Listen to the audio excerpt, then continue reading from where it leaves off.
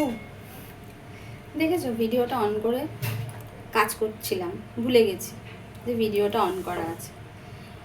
তো কয়েকদিন ধরেই ভাবছিলাম তোমাদের সঙ্গে একটা কথা শেয়ার করব, তো সময় করে উঠতে পারছি না।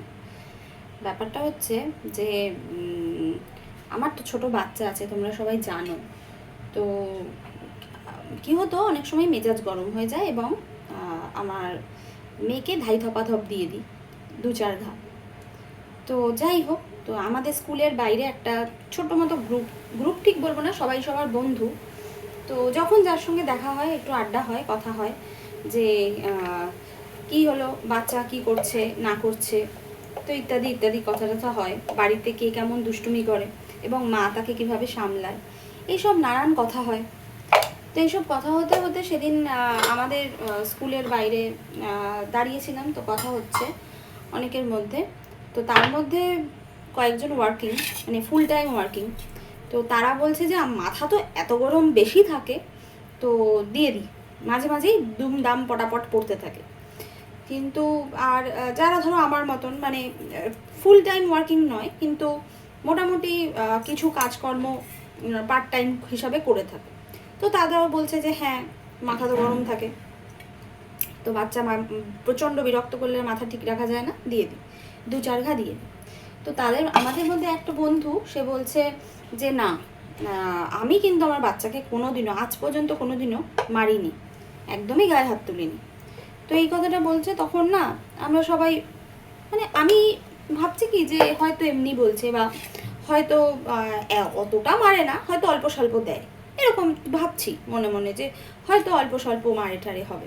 কিন্তু ওর কথার মানে কথাটায় আরেকজন আমাদের এক বন্ধু ছিল, সে বলছে যে না, এটা কিন্তু সত্যি, ও কিন্তু একদমই ওর মেয়েকে একদমই মারে টারে না, খালি বোঝায়।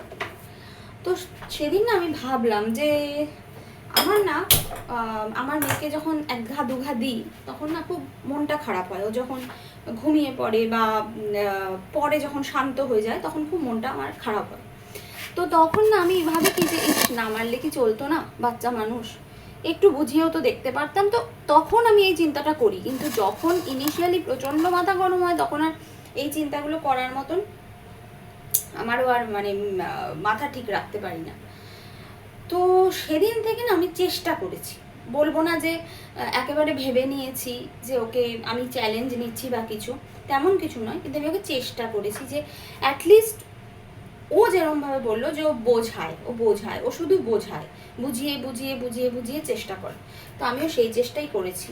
তো দেখা গেল কি যে হ্যাঁ, চেষ্টার না একটা ফল হলো, জানো। আমি ওকে বোঝালাম, কিন্তু আর বোঝাতে বোঝাতে যখন দেখছি যে হ্যাঁ আমার মাথা অতিরিক্ত গরম হয়ে যাচ্ছে, তখন অন্য কোনোভাবে নিজেকে কাম করেছি, হয়তো বাইরে বেরিয়ে গেছি, বা হয়তো ওর সঙ্গে অন্য কোনো ভাবে ডিসকাস করেছি, বা একটু ভয় দেখিয়ে করেছি, কিন্তু মারিনি। এটা আমি 1 সপ্তাহ যাবত এই চেষ্টাটা আমি করছি।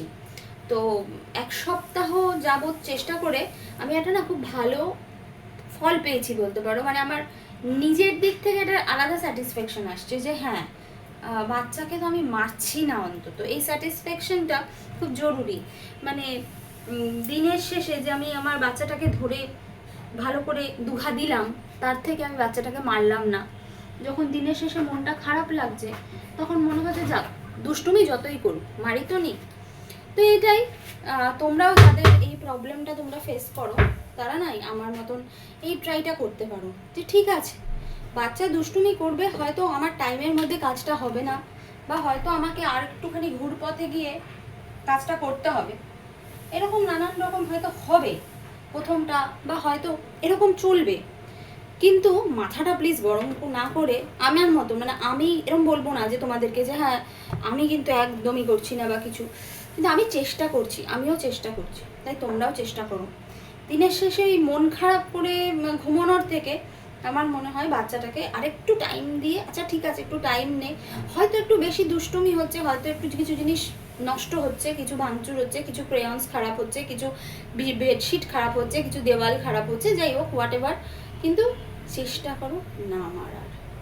আমি এটুকুই ভাবলাম, অনেকদিন ধরে ভাবছি যে বলবো বলবো, কিন্তু কথাটা না আমার টাইমই হয়ে উঠছে না, জানো তো বলার।